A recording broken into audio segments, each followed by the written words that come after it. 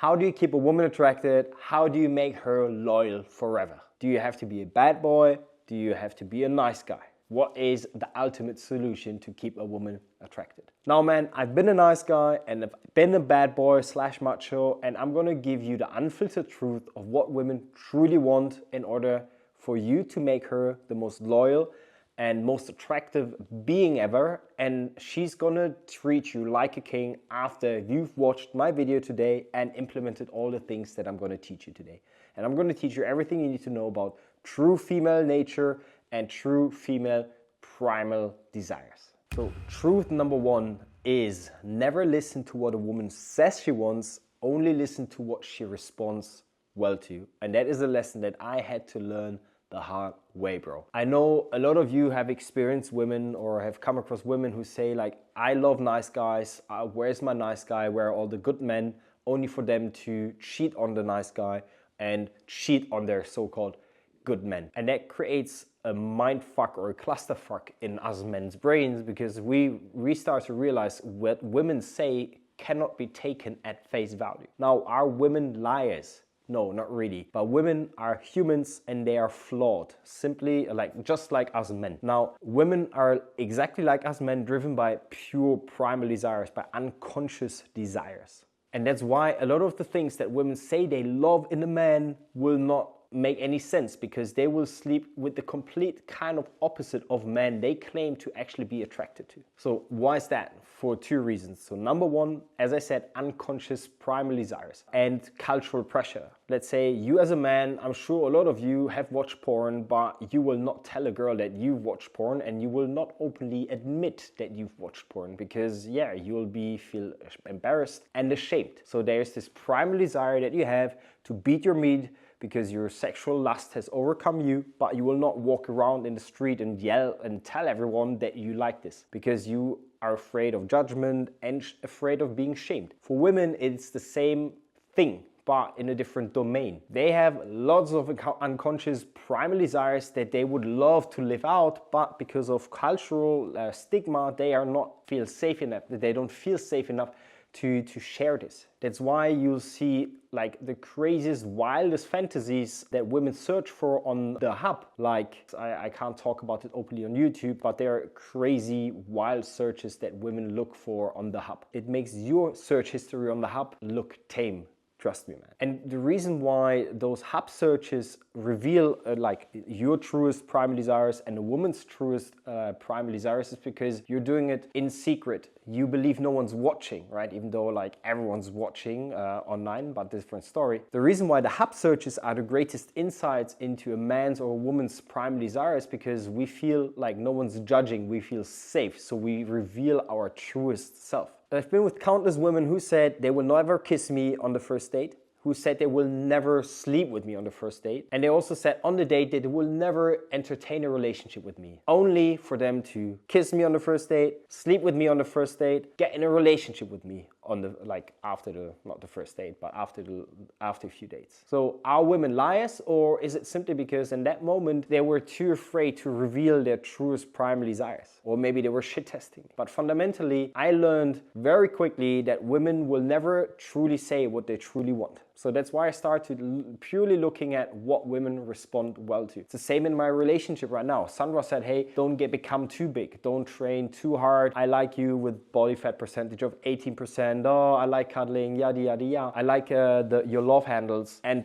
guess what? She said she likes it, but since I'm back to, I used to be almost 8% body fat, she was going crazy over my abs. She loves my arms. She says, oh, your arms are growing. I mean, I'm not like a fucking bodybuilder, but like they're bigger and they're decently shaped and toned. And yes, she fucking likes it. And you know, when I see, like, you know why I know that she likes it? Yes, she openly admits it. But especially when I have sex with her, the way she looks at my abs, the way she touches them, she holds onto my arms, bro. That's when I truly know that's what she truly wants. Because all her consciousness has gone away and her true primal nature is shining through in that moment. So from now on, just ditch the societal conditioning from the West that says women love nice guys, women want soft guys, women want guys who overshare, their emotions and are completely open books to a woman. This doesn't work because the Western society completely neglects that humans are, like both men and women, are completely driven by primal desires.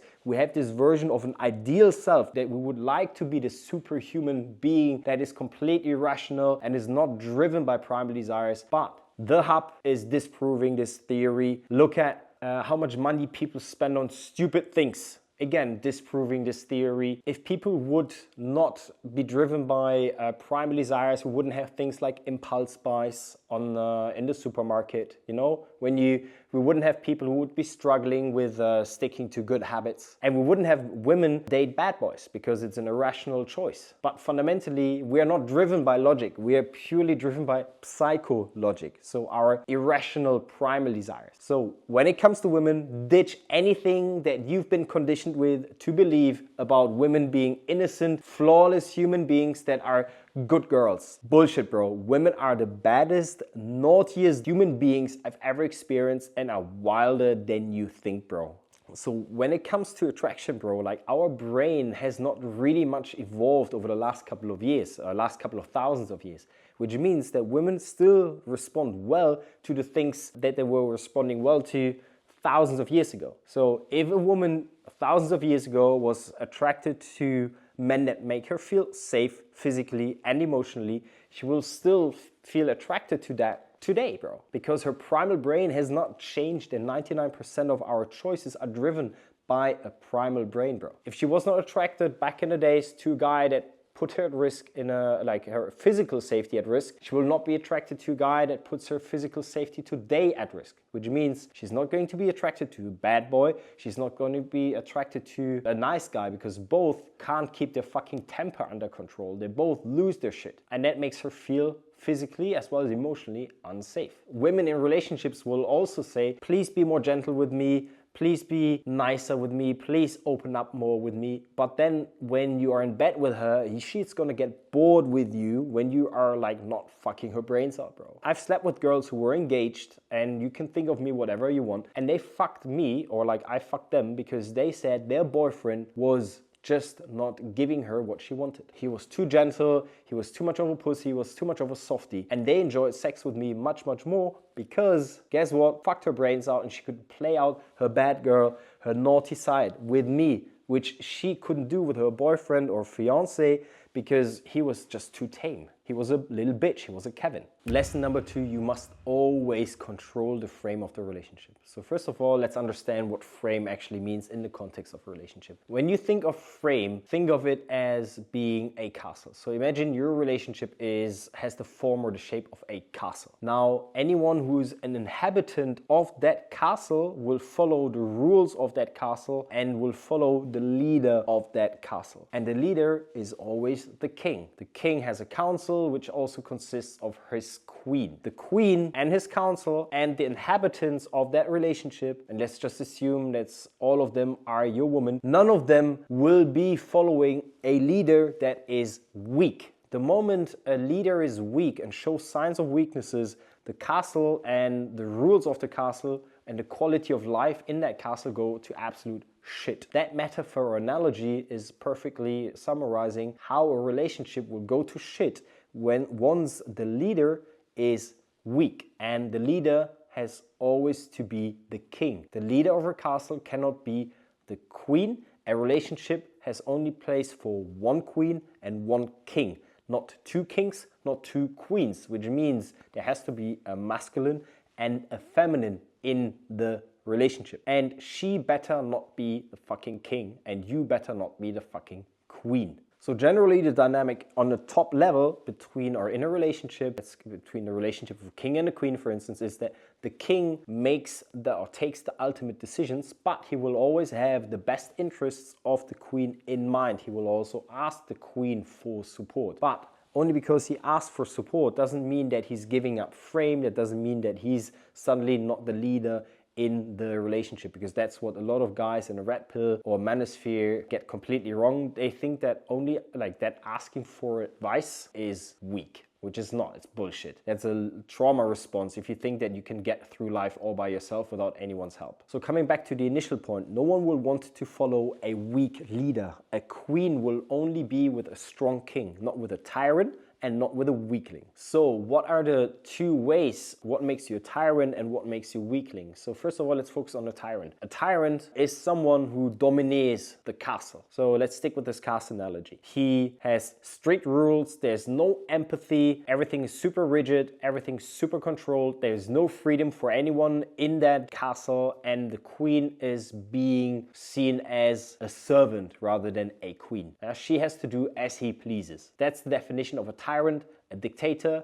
Guess who wants to live in that kind of castle? No one, bro. So that's the macho in my point of view in nowadays terms. I call him the android. Now, a weakling, the Kevin King, would be the guy who would be incapable of making any decisions. He's passive, he is afraid of conflict, he's afraid to voice his true opinion, and he is always looking to be liked instead of focusing on being respected. So for instance, a weak king, a Kevin King, would not set a boundary when his queen suddenly acts up. He would not tell her or would not put her in her place when she's being a bit bitchy, when she's starting to have a disrespectful intonality or tone in an argument, when she starts yelling. He entertains that. He actually rewards that bad behavior by overly being apologetic. Let's go back to the relationship and let's ditch the castle. I see that with a lot of guys who used to be super assertive at the beginning of the relationship stage, and especially in the dating stage, but then throughout the relationship became super passive,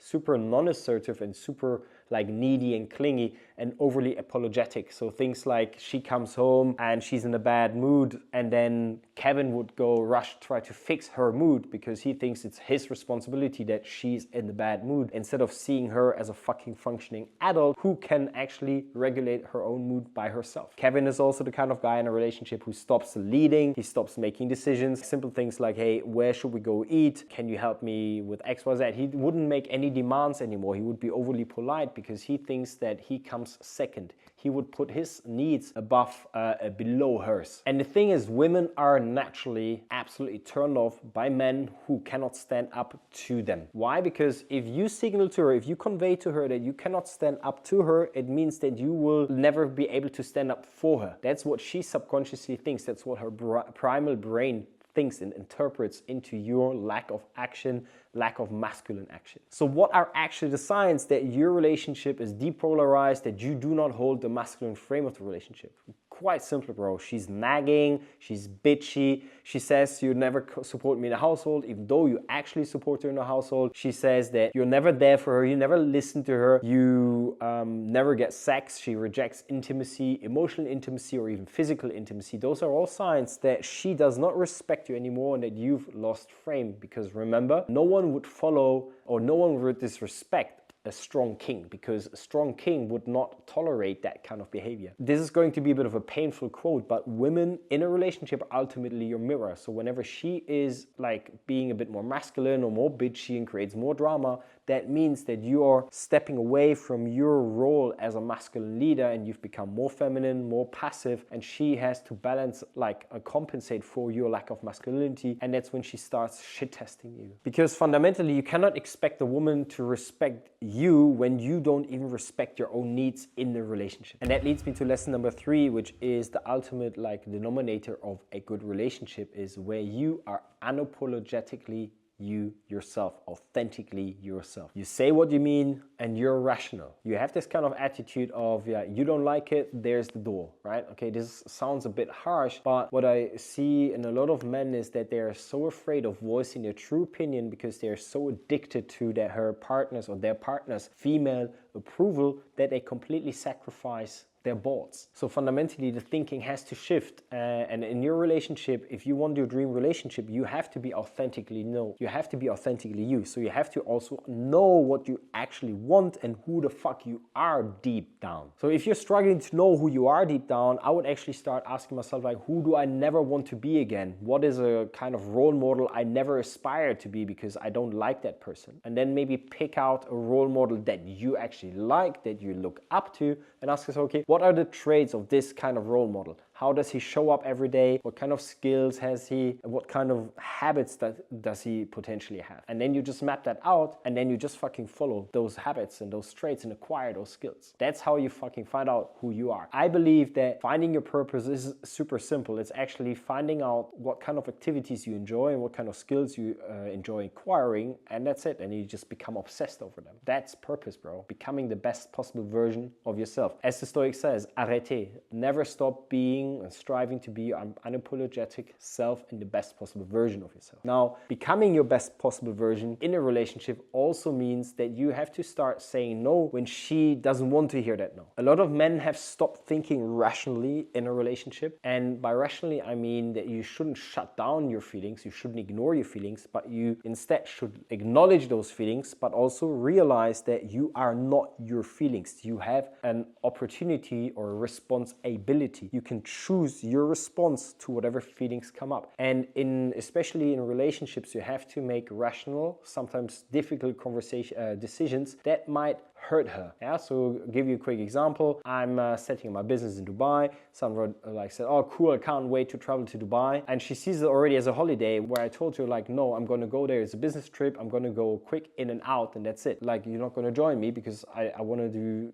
it's not going to be a holiday, right? Obviously it's going to hurt her. Obviously I don't like to have that conversation because I don't like to see Sandra in pain, but sometimes I have to have those conversations. It's another conversation I had to have with her was when she was slacking with my meal prep. Now it has I'm relying, my business or my productivity relies on her preparing my meals, because the time that I don't spend on preparing the meals will allow me to spend more time on YouTube, Instagram, working with my clients, preparing group calls. So when she starts slacking there because of she's busy, that has an impact on me. Now my nice guy version would say, oh, it's not a problem, it's fine, I'll do it myself. But that's not the frame of the relationship. The frame of the relationship is I'm the main breadwinner, and that means you don't have to worry so much about your money. You can build your own business without the stress that I actually endure of building a business with all the paying most of the bills, etc., etc. And in return, I expect you to be the supportive wife, girlfriend. I hope she didn't hear that.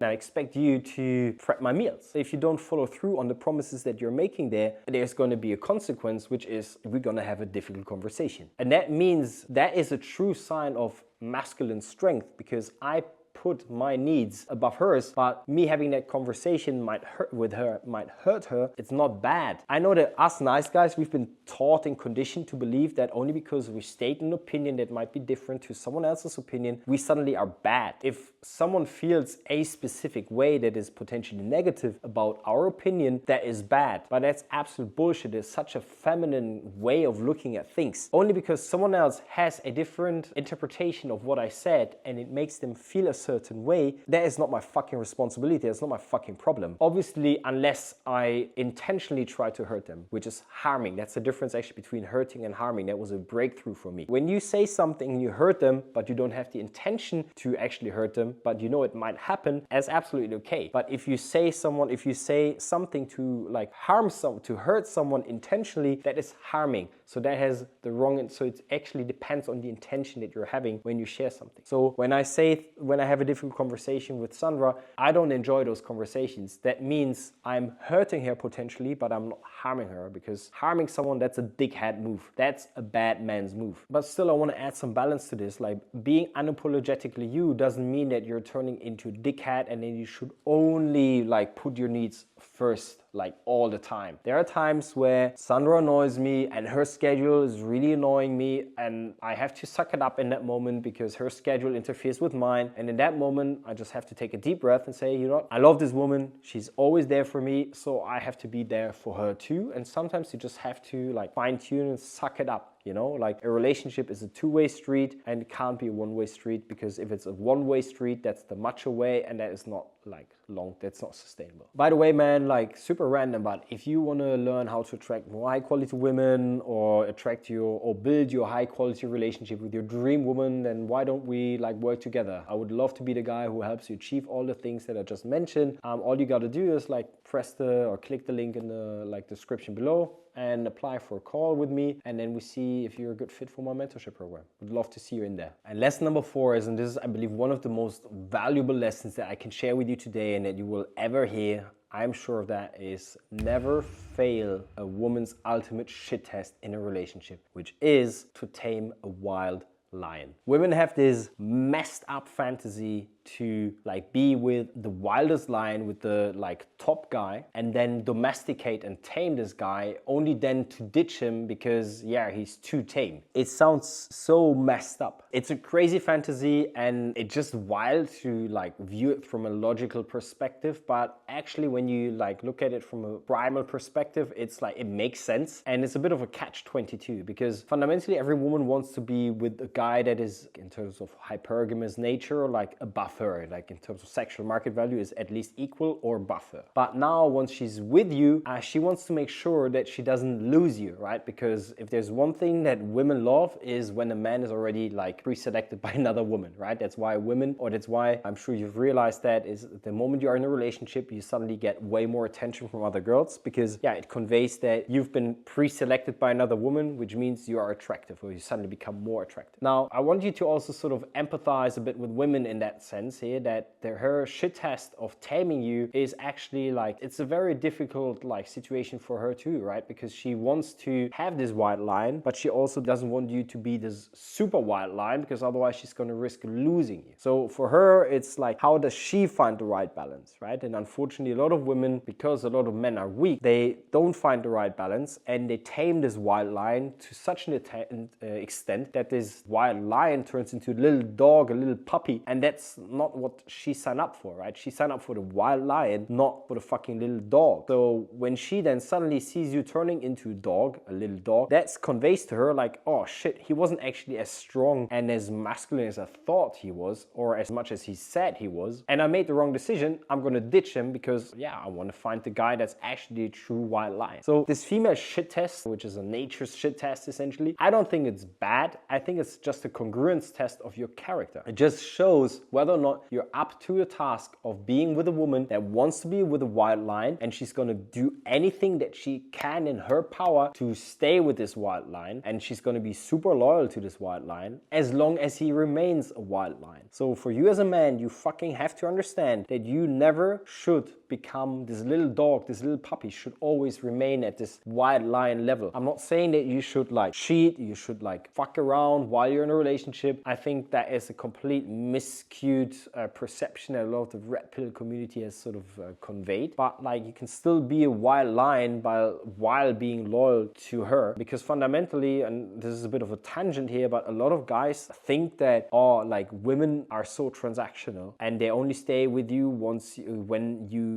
give them what they want. But it's actually the same way around. Like, why would you be with a woman, would you stay with a woman that like treats you like shit and doesn't cook for you and doesn't do any of the things that you're interested in? If you stay with a woman like that, that's not love, bro, that's trauma. So I want to add a bit of balance to this argument, right? Like, love fundamentally is not as romantic as the fucking like Walt Disney writers or Hollywood has made it out to be. It's like, it's not like, love is somewhat like transactional. Yes, there is a chemical reaction, oxytocin, bonding hormone, etc. that happens, and dopamine, etc., are in that cocktail, but fundamentally love is a result of chemicals and transaction. And if you as a couple manage to keep each other on your toes and keep growing together, having a vision together and wanting to be the best possible version of yourselves individually and also of that like relationship together, then like you will be both loyal to each other because you grow together on the same path. So that's why I believe this ultimate shit test of a woman,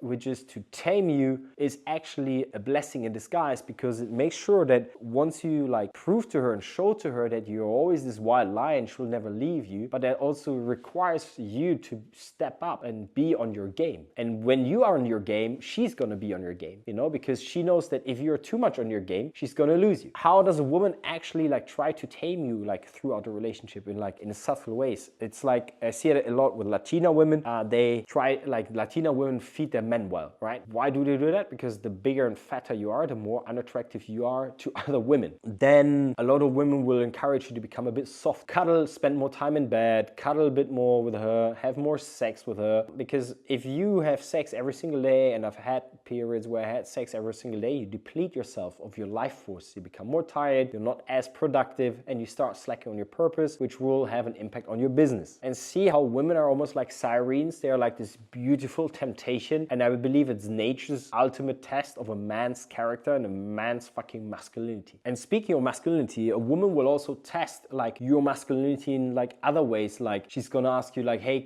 why are you wearing this shirt? It looks shit on you. And why are you like leaving the trash here? And why you're like not taking the trash out? And why did you put your toothbrush here? Those are all tests, and she wants to know if you can stand your ground, if you can put her in her place and can tell her, hey, without like, for lack of better words, shut the fuck up. Like, I'm a man. I don't need you to tell me what I have to do. But I respect you, and we can have a conversation about how we can improve things, you know? But don't treat me like a little dog, and don't treat me like a little child. I'm not saying you should tell her to shut the fuck up, but that's more like the kind of attitude you should have towards her, but obviously frame it in a different way.